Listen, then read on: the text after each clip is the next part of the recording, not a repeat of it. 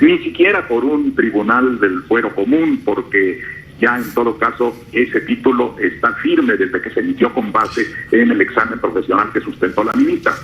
De modo que esta primera vertiente es de índole académica, verificar las circunstancias que están en duda, que se aclare, y eso es bueno porque desde el punto de vista de la opinión pública, que en las redes ha juzgado de manera ruin, excesiva, violenta, cruel a una persona que ha hecho una excelente carrera a lo largo de muchísimas décadas y que se ha ganado ese lugar en la Suprema Corte, a partir de una publicación hecha a través de medios que no tienen una validez estrictamente oficial, que está basado en algunas imágenes que no están comprobadas. Eso es justamente lo que tendría que verificar ahora la FES Aragón a partir de lo que digan quienes participaron en ese proceso que ha abierto dudas en la opinión pública y que desde el punto de vista, te digo, académico, formal, realizado por una instancia de tipo académico como la FES Aragón, tendrá una función de aclaración hacia la sociedad, pero no tiene ninguna obligatoriedad, no es vinculatoria jurídicamente, ni tiene la universidad, ni su tribunal, ni ninguna otra autoridad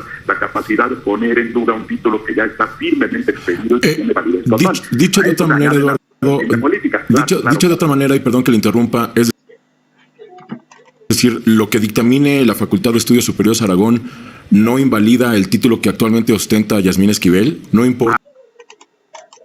Pues después de tantos años yo lo dudo, pero necesitaría ver todas las leyes y los estatutos universitarios, pero ya son más de 30 años. Correcto. Entonces, pues la verdad, no creo que proceda, pero con mucho gusto lo haríamos. Bien. Ahora, aplaudo. Hola, ¿qué tal, Jacobs? Bienvenidos a un video más del Jacob, pues maestra de la UNAM y ex abogado de la UNAM y constitucionalista y especialista en estos temas, les aguada por completo la fiesta a nada más y nada menos que ahí en pleno programa del Ciro Gómez Leiva, ya que querían acabar pronto la entrevista, ya que pues prácticamente se quedaron con las ganas y no les salió la jugada, increíble pero cierto. Así que pues bueno, sin más preámbulo, veamos de qué se trata y cómo estuvo, y ahorita comentamos, ¿por qué no? En su calidad de ex abogado general de la UNAM y que conoce usted bien cómo son estos procesos, ¿qué es lo que se revisa aquí? Es decir, parecía que la pregunta es obvia. Ahí está el cotejo, ahí está ya algo que se ha ventilado en los últimos días, in excelso ya, digamos, en medios de comunicación, pero los encargados de tomar la decisión, ¿qué es lo que hacen? ¿Cómo lo hacen? ¿Qué ponderan y consideran, Eduardo? Creo que hay tres vertientes, Marco, en este punto. Una primera que se refiere a esta convocatoria que hizo la FES Aragón, que por cierto no citó a declarar a la ministra. La FES Aragón ni ninguna autoridad universitaria tiene facultad para citar a declarar a un ministro o ministra de la Suprema Corte de Justicia de la Nación. Lo que hizo la FES Aragón es convocar a aquellos que participan en esta circunstancia que se pretende aclarar sobre los textos de las tesis de hace 35 años, que lo que a su derecho convengan lo manifiesten y ponen un correo al cual se pueden hacer llegar estas manifestaciones. Seguramente la ministra hará llegar los elementos que ella tiene, no porque esté obligada a declarar, porque su título es un título válidamente emitido, que cumplió todos los requisitos de la legislación universitaria y que no puede ser anulada ni por el tribunal universitario, ni siquiera por un tribunal del fuero común, porque ya en todo caso ese título está firme desde que se emitió con base en el examen profesional que sustentó la ministra. De modo que esta primera vertiente es de índole académica, verificar las circunstancias que están en duda, que se aclare, y eso es bueno porque desde el punto de vista de la opinión pública, que en las redes ha juzgado de manera ruin, excesiva, violenta, cruel a una persona que ha hecho una excelente carrera a lo largo de muchísimas décadas y que se ha ganado ese lugar en la Suprema Corte, a partir de una publicación hecha a través de medios que no tienen una validez estrictamente oficial, que está basado en algunas imágenes que no están comprobadas. Eso es justamente lo que tendría que verificar ahora la FES Aragón a partir de lo que digan quienes participaron en ese proceso que ha abierto dudas en la opinión pública y que desde el punto de vista, te digo, académico, formal, realizado por una instancia de tipo académico como la FES Aragón, tendrá una función de aclaración hacia la sociedad, pero no tiene ninguna obligatoriedad, no es vinculatoria jurídicamente, ni tiene la universidad, ni su tribunal, ni ninguna otra autoridad la capacidad de poner en duda un título que ya está firmemente expedido y que tiene validez total. Dicho de otra manera, Eduardo, política. Dicho de otra manera, y perdón que le interrumpa, es decir, lo que dictamine la Facultad de Estudios Superiores Aragón no invalida el título que actualmente ostenta Yasmín Esquivel, no importa lo que decidan, no importa si, digamos, validan este plagio a favor o en contra, ¿el título está intocable? Es intocable, Marco, por varias razones. Una primera, porque no tiene facultades, te digo, ninguna autoridad universitaria para invalidar un título. Menos aún cuando este título, en todo caso, ha quedado firme, no solo porque deriva no de una tesis presentada, que es un requisito de procedibilidad para hacer el examen profesional, que es el examen el que constituye la condición de profesional a partir de que se levanta un acta que aprueba a la persona que ha presentado el examen. De manera que ni hay facultades, ni hay la posibilidad de invalidar un título que tiene esa antigüedad, ni además existen elementos para configurar el plagio como delito. Bueno, eso ya estaría... Que lo hubiera, eso no existe porque no hay ninguna previsión normativa al respecto. Eduardo, buenos días. Entonces, si la Facultad de Estudios Superiores Aragón supongamos que determinara que existió un plagio, entonces no pasaría nada si no se invalida el título, todo quedaría igual. Efectivamente, porque es más, no puede existir un plagio, porque el plagio es un concepto jurídico que está tipificado en el Código Penal.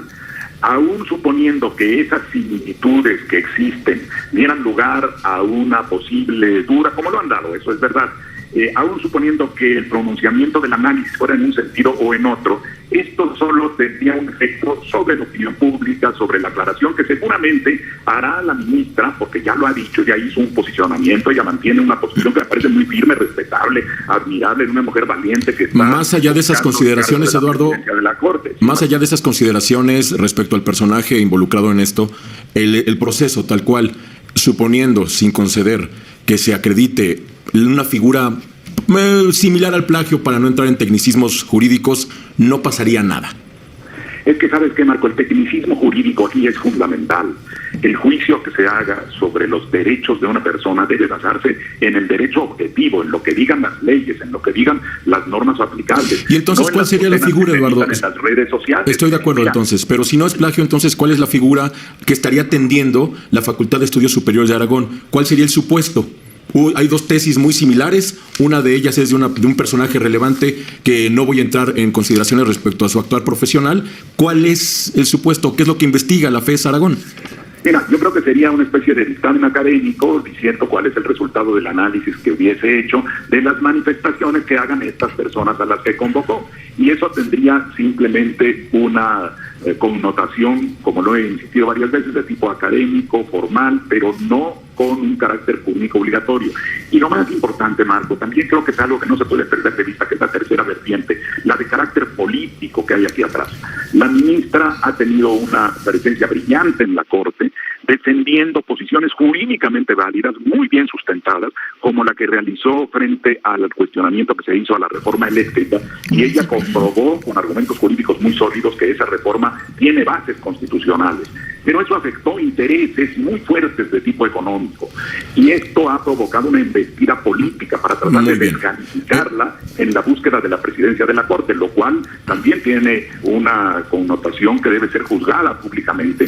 El hecho de que personas que tienen estos intereses puedan propiciar una injerencia en la decisión interna de la Suprema Corte. Yo espero que los ministros de la Suprema Corte defiendan su independencia, no solo de los poderes públicos, sino de los poderes fácticos, de los grandes poderes económicos que pretenden incidir en sus decisiones. Yo creo que los ministros y ministras no se dejarán influir por ese tipo de acciones virulentas de carácter político, que no son extrañas a los sistemas de nombramiento de jueces de alto nivel constitucional. Ha pasado en los Estados Unidos contra personas que se han propuesto para la Suprema Corte, y la Corte estadounidense y sobre todo el Congreso, que se determina en esos casos, no se ha dejado influir, ha juzgado a las personas en razón de su capacidad jurídica y de sus méritos, y no de los ataques políticos que se les formulan desde fuera. Yo espero que la Suprema Corte actúe de la misma manera, que revise los datos de las personas que están planteando su opción para presidir la Suprema Corte, entre ellas la ministra Esquivel, y que a partir de las consideraciones internas y no de esta avalancha producida desde fuera para perjudicarla políticamente, eso creo que debe ser tomado en cuenta para que se tome la decisión, Marco. Yo, Eduardo, insisto en concentrarme en cómo funcionan las normas internas que rigen la Universidad Nacional.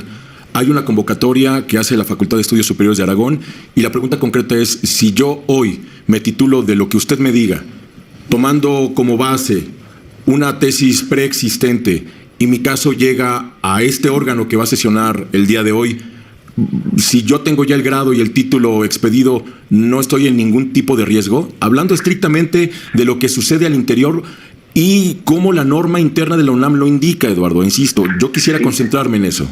Mira, son dos momentos diferentes. El de hace 35 años, yo era abogado general en ese tiempo y no había un esquema normativo aplicable a este tipo de circunstancias.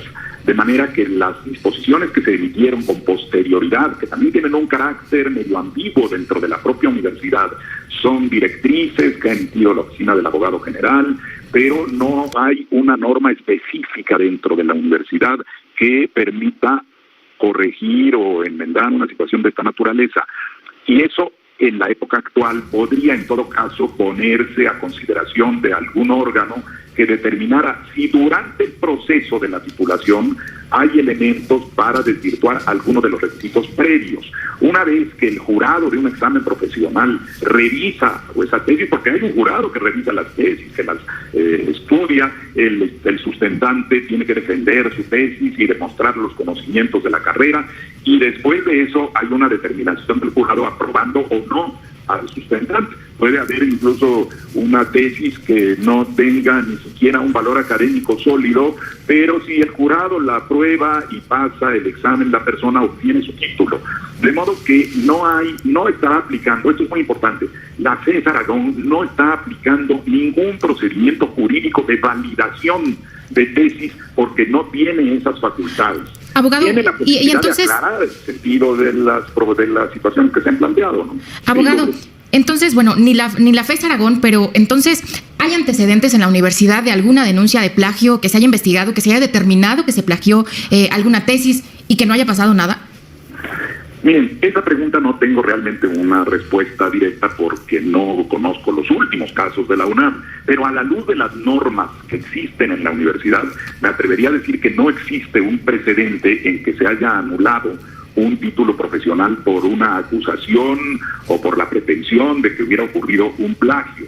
Eso es parte de lo que, en términos académicos, lo que hacemos los profesores muchas veces es revisar a fondo, por ejemplo, un trabajo que se nos ha presentado como profesores de alguna materia, y si se descubre que hay una identidad de los textos, que no se ha citado la fuente, etcétera, se hace valer como un elemento para que los estudiantes, en todo caso, corrijan, reparen o indiquen por qué razón se omitió alguna cita de esta naturaleza. Pero no conozco ni creo que lo haya, en razón de que las normas aplicables en la universidad no establecen claramente una sanción para la eventual realización de un plagio, con el tecnicismo, como decía Marco, de que además el plagio es un delito exactamente tipificado en el Código Penal y no abarca entre esa tipificación la reproducción de textos de alguna tesis profesional. De manera que es, en todo caso, un ámbito que mientras no haya una norma concreta que permitiera incidir en la anulación de un título profesional por ese motivo, no existe la posibilidad jurídica, insisto. Muy bien. Pueden darse muchas opiniones, y eso está bien, si debe haber una legislación más precisa, pero tenemos que atenernos, sobre todo cuando se trata de un cargo jurídico, atenernos a lo que dice la ley y a lo que dicen las normas aplicables. Bueno, pues le agradezco mucho las opiniones, Eduardo. Ahí está el punto de vista clarísimo de alguien que fue abogado general de la UNAM.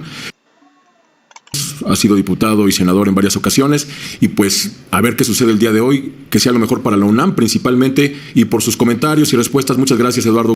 Bueno, la tuvieron que terminar prácticamente así la entrevista. Este era el abogado especialista Eduardo Andrade, y como si no les bastó o si les fuera poco, pues también pasó con la maestra de la UNAM.